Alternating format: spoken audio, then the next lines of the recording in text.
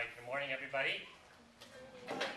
Our passage today is in Luke chapter 16, and we're going to be from Luke chapter 16, from verse 1 all the way to verse 15, all right? 1 to 15. So if you guys have your Bibles, you guys can turn there. And let's open up in a word of prayer. Father God, I just thank you for your word. Thank you for bringing us together as a family, that we can dive into your word, sing songs to you, worship you, and just lift up your name, Lord. Pray that you'll be here and you'll teach us through your word. In Jesus' name, amen. All right, so we've been going through a series in generosity. Generosity, and basically, what do we have with our money? How do we do with it? What do we do with it? I'm continuing in this series with this parable. Okay, I'm going to read you guys the parable really quick, and then we'll dive into it. Okay? So it's Luke chapter 16, 1 to 15. Jesus told his disciples, there was a rich man whose manager was accused of wasting his possessions. So he called him in and asked him, what is this I hear about you? Give an account for your management, because you cannot be my manager any longer. The manager said to himself, what should I do now? My master is taking away my job. I'm not strong enough to dig, and I'm ashamed to beg. I know what I'll do, so that when I lose my job, your people will welcome me into their houses. So he called in each one of his master's debtors. He asked the first, how much do you owe my master? 800 gallons of olive oil, he replied. The manager told him, take your bill, sit down quickly, and make it 400.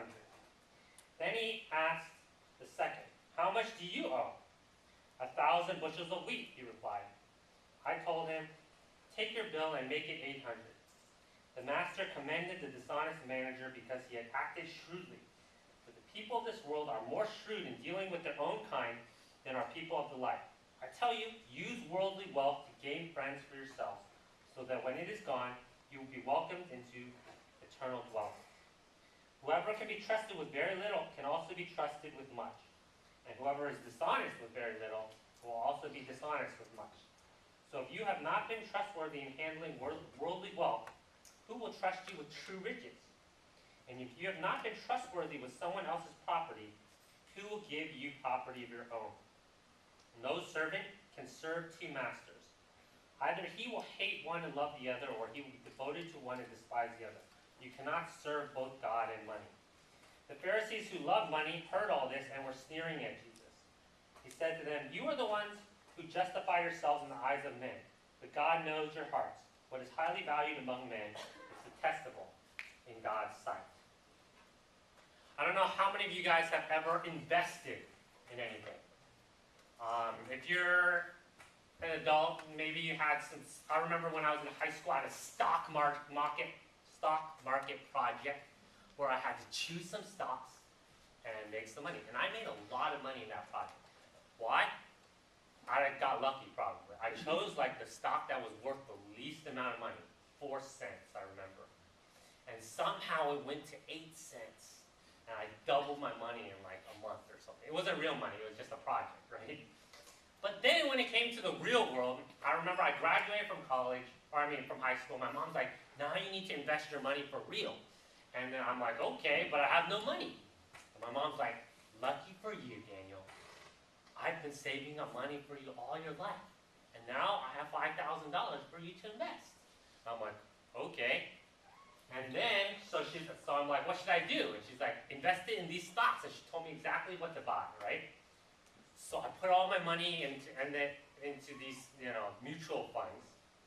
And a couple months later, it was the tech bust, right? It was like the year 2000 or something. And all that $5,000 went down to $1,000. And how did I feel? I didn't really care because I actually didn't have any money, and my mom just gave it to my money. So it was really she who lost all the money. She was the one who's saving it, right? And I have felt like, I was just kind of playing with house money, right? There was money that wasn't really belonged to me. And here in this passage, it's the same thing. This manager, Jesus is telling a parable, and he's telling us some skills about how to manage our money. And one of the things that he wants us to know is that one, this money's not yours, really. It's really not yours, okay? In the story, there's a manager. There's a rich guy, and he has a manager who manages his money for him. I mean, you know how rich people are. They don't do anything for themselves, right? They hire people to do it for them. So he had a money manager. And this guy was managing his money, not doing a good job of it, but it wasn't his money to manage. Or it wasn't his money. It was the rich man's money. Okay? So in this parable, there's a guy with a rich boss, and he gets to manage and play with kind of all of the money. Okay? And then what happens is he knows that the money doesn't belong to him. And not only that, but he's doing a bad job, so he's going to get fired. Right? He's going to get fired. And so the ability for him to manage the money or take care of the money is going to be gone soon. It's going to be gone soon. And he knows this, so he uses that opportunity to make a long-term investment for himself. He uses someone else's money to make a long-term investment for himself. And what did he do? He used it to make friends, to get some buddies, right? And that's the main point I want you guys to learn today, is that I think Jesus is telling us to use money to make friends, okay? That's the main point. Use money to make friends, not just any type of friends, but forever friends. BFFs, right? Best friends forever, right?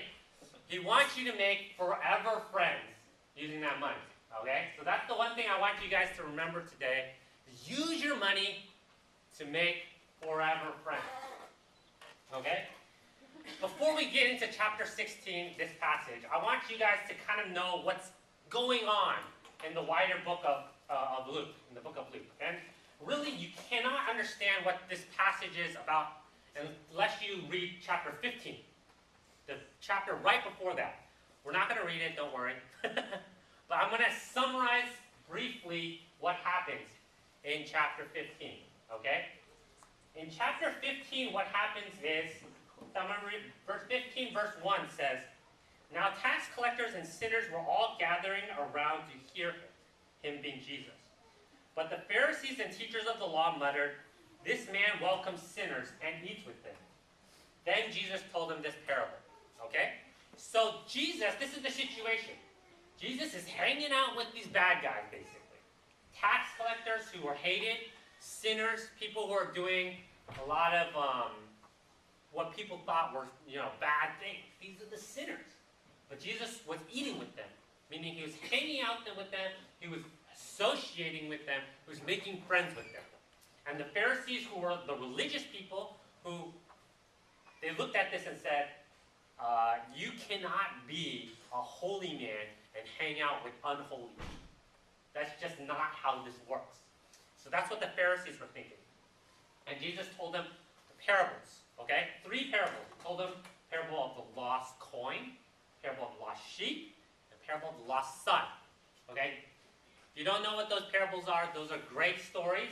I'm not going to get into them, but basically it's about something that has been lost and it's found, okay? So Jesus is telling them, these sinners, the people I'm hanging out with, are lost. And I'm making friends with them. I'm associating with them because God loves them and we want to find them. We want to rescue them, right? And so he tells those parables.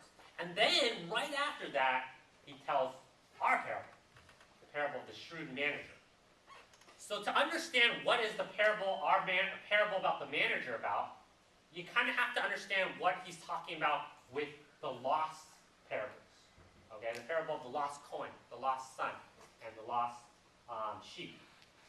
And what he's saying is it's important to find the people who are lost. And I'm doing that by hanging out with them. So he's defending himself, saying, I'm hanging out with them to find the lost people. Okay? And then he tells us this thing about money.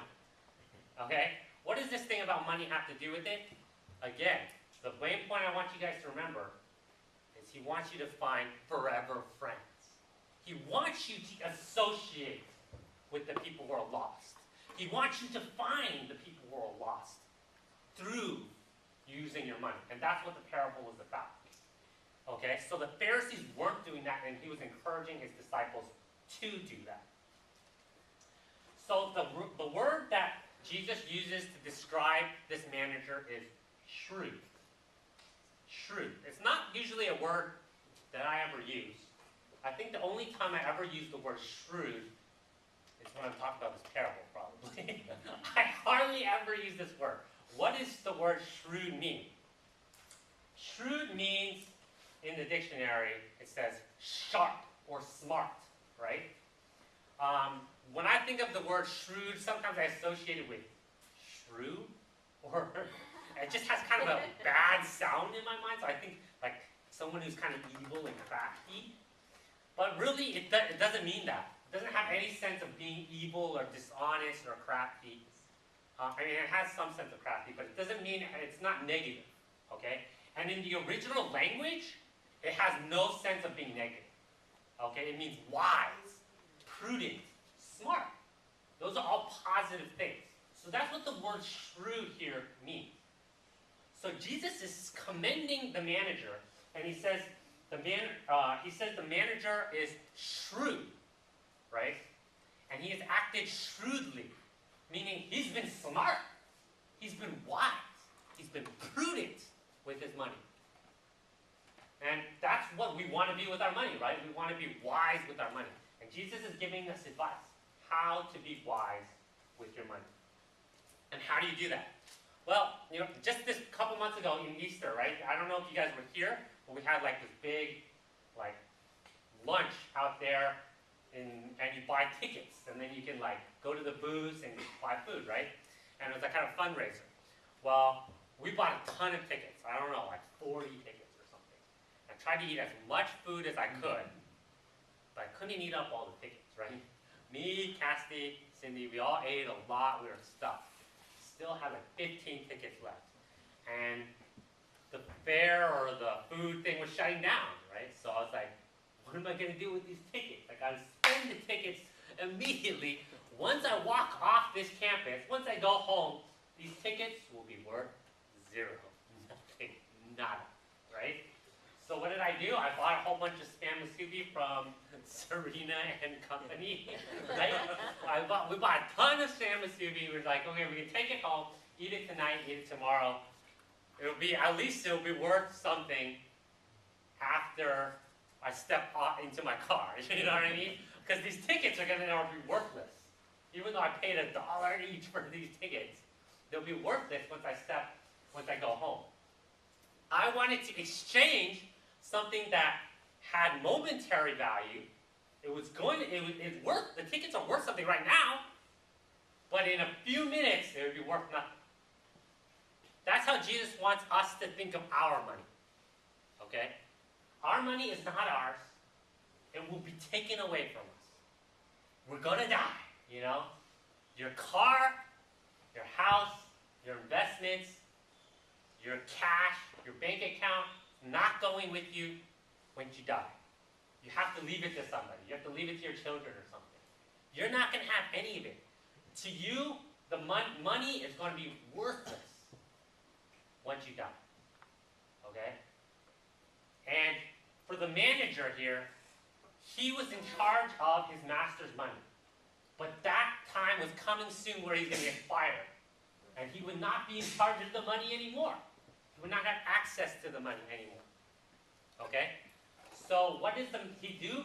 The manager exchanges the power that he has right now, the money he has right now, for something else, friendship.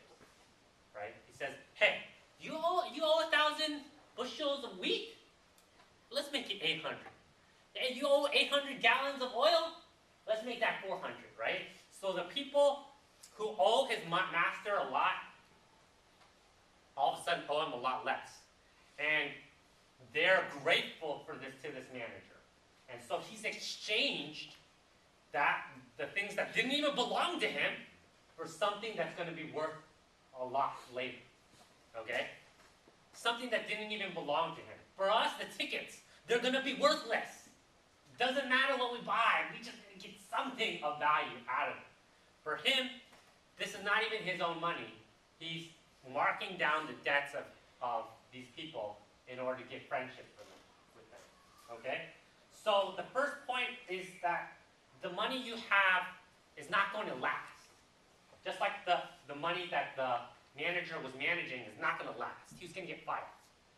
For us, we will move on from this life, from your money. The money you have right now is very, very temporary. The physical things in life, we have to know this, and I know it's sometimes difficult for us to believe because we haven't died yet, right? None of us have lost all of our money through death yet. But the Bible's telling us we will. And it's telling us that that stuff is going to be worthless in the next life. So let's exchange what we got right now for something more valuable, something much more valuable later. And what is that? Like I said, it's forever friends, BFFs, right? Let's exchange our money for some BFFs, okay? When we think about investing our money or building up God's kingdom with our money, do you guys think of making friends for yourself? I know we've been talking about generosity, giving money to church, and we talked about that last week, giving money maybe to the poor or different organizations to build up God's kingdom. We definitely need to do that. But I'm going to add an extra component here. Not only are we donating our money, but we need to use our money in a relational way. Okay? I'm not saying it's bad to use it in a non-relational way. I'm saying you could use it wiser.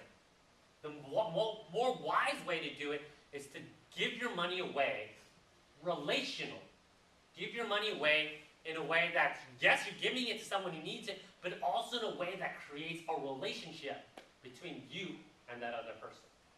Okay? In a way that creates a relationship between you and this other person. I recently took a class on poverty in school, okay? And the biggest point that our professor wanted to make is that being poor is not just about not having money. Being poor is about being poor relational. Okay? You don't have, if you're poor, let's say I went bankrupt tomorrow, what would happen to me? I have my dad who would say, hey, live in my house, or here's some money. Because I have a relationship. That makes me not poor, even if I lost my money, all my money. I'm not really poor. Okay? But people who are really, really poor are poor not only in money, but also relationally. They don't have relationships, okay, that can help support them. So if we really want to build up God's kingdom and we want to fight poverty, we cannot just give them money. We cannot just give people money. They need to have relationships too. Okay? They need to be in that culture where they have relationships with people who care about them. And ultimately, a relationship with God. Okay? That's what's really going to break poverty. And that's what I learned in this class. Okay? And I think that's what this passage is saying too. This passage is saying, there's a rich guy, and he has a lot of clients who owe him money. Okay? In this parable. And the manager is helping out the people who are less fortunate, not as rich as the rich guy. Maybe they're still rich, I don't know. But they're not as rich, right? But he's doing it in a relational way. He's doing it in a way that develops relationships for himself, which is good for himself, and also for them. God's kingdom is relational. God's kingdom is about friendship. It's about knowing people. It's about making those connections, right? I remember one time when I would go down to downtown and we would hand out, little pieces of bread, or I mean not bread, but I guess sandwiches, and like people would buy tacos from Jack in the Box and hand those out too. And we would do that, and it was great. But there's certain people who go down there all the time, and they would have relationships with people, with the homeless people, right? They would talk to them. And me, I was always the scared one. I could never talk to anybody because I'm really shy, right?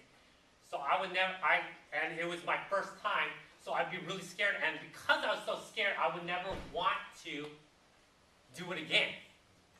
Because I don't want to be talking to new people or talking to people. I just have, that's like a hang-up of mine, right? It's like difficult for me. But because of that, the next time I wasn't willing to go down there again, right? And because of that, I never was able to help out people long term or help them out in a real way, right? But the people who were able to develop relationships, they develop a heart to help people. And then they could help them materially too, financially, with money, okay? So the point of that is just to say, develop giving money or giving something. If I'm giving someone a sandwich, that's only one part of it. If we develop a relationship, then those things both go together. Okay, they cannot really be separate. And it makes a lot bigger impact doing it that way. Okay, so the issue is that when you donate your money to the poor, it's great, but are you making friends with them? And when Jesus demonstrated how he cared for the poor, he didn't just give money. He didn't just give them bread. He didn't just heal them. He also ate with them. He also touched them. He also asked them questions about who they were. He also developed relationships with them. And that's the entire point of this. Remember Luke 15. The Pharisees are attacking Jesus for making relationships with them. We need to be making relationships with people who are poor, people who don't know Jesus. Okay? So, what kind of friends are we supposed to make? What kind of friends was it that Jesus was making? Jesus was making friends with people who were lost. They were lost both, they were poor, but they were also lost in terms of they didn't know the kingdom of God. They weren't part of the kingdom of God. Okay? And remember, chapter 15 is about finding the people who are lost. And Jesus wanted to do that. And today, I often find that we have a difficult time gaining an audience with people who are lost. Preaching the gospel. If I just go out and say, hey, you want to hear the gospel? I've done that before. I've gone door to door. If you guys haven't, it's an experience. They slam the door on you. That's the way it is. Why? You don't have a relationship with them. You have no relationship. You have not done anything for them. They have no idea what the kingdom of God is about. Okay? And Jesus demonstrates that to gain an audience, you have relationships. You associate. I'll tell you one person who was willing to listen to me about Jesus. He's not a Christian, but that person was Josh, right? Josh lived in our house for 2 years. And I told him the gospel like 10 times, and he never accepted Jesus. But every single time, he really listened to me, right? Why? Because I gave him food. Because he slept in my house. Right? So it didn't matter that he would never slam the door on me. He couldn't, right? Because he slammed the door on me in my own house? No, right? It just wouldn't work. I had a relationship with him, so he would want to actually listen to what I have to say. Because he knew I cared about it, right? And I think that that's what Jesus is demonstrating for us, to how we should preach the gospel, right? We should preach the gospel to whoever will listen, whether we have a relationship with them or not. But there are often a lot of the people who won't listen unless you have a relationship with them. How do you do it? You make friends using whatever resources you have, including your money. Okay? Including your money. And some of you guys might be thinking, I have no money. I have no, you don't need to have a lot of money. You don't need to have a lot of money to do what Jesus is telling us to do, right?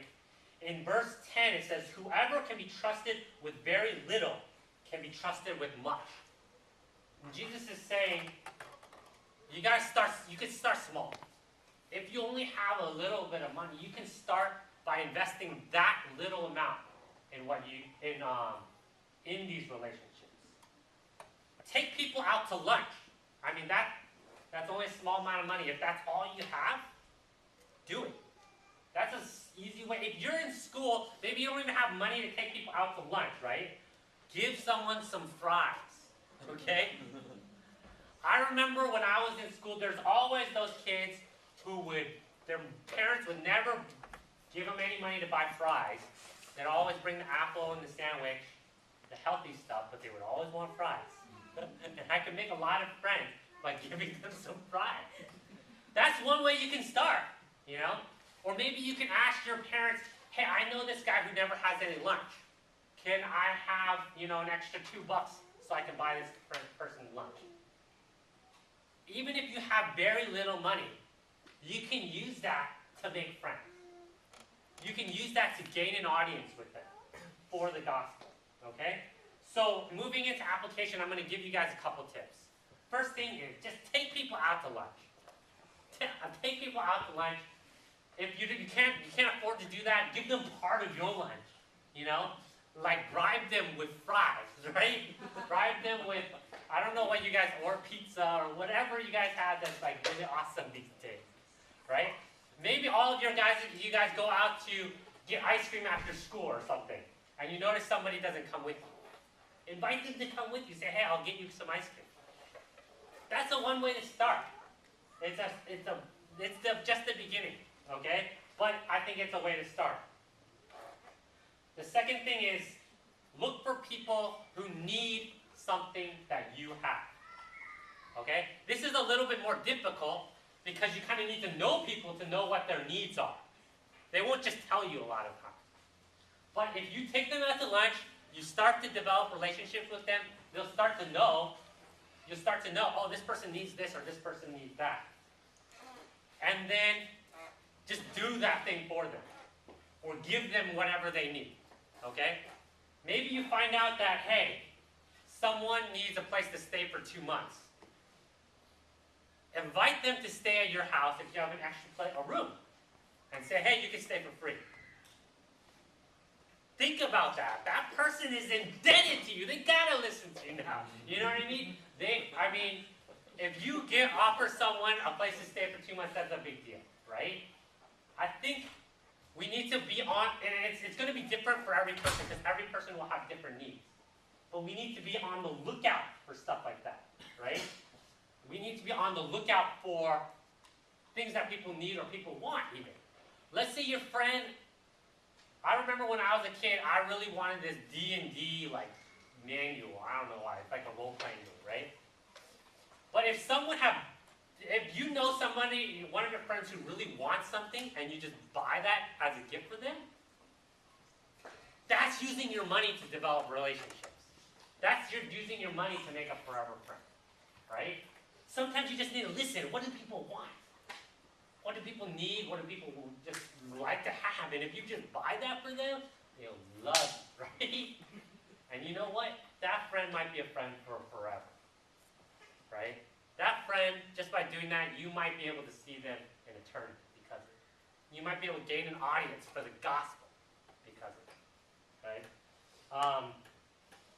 And when the time is right, I'm not saying you only develop friendships to preach the gospel to them, but when the time is right, they'll be willing to listen to the gospel from you, and you need to take that opportunity to share it. Okay? When the time is right. You will gain benefits just by being their friend. You don't ever need to share the gospel to reap tons of investment opportunity through following Jesus' advice. But if you do, you can get even more, right? So I'm not saying to make friends just solely for the purpose of sharing the gospel. I think you can make friends and both of you will mutually benefit from that friendship no matter what, right? But if you want to see that person in eternity, the gospel is awesome.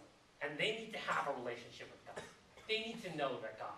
And they will benefit from the gospel more than anything you can physically give them. Okay? So the money is not like the be-all, end-all. It's just the start.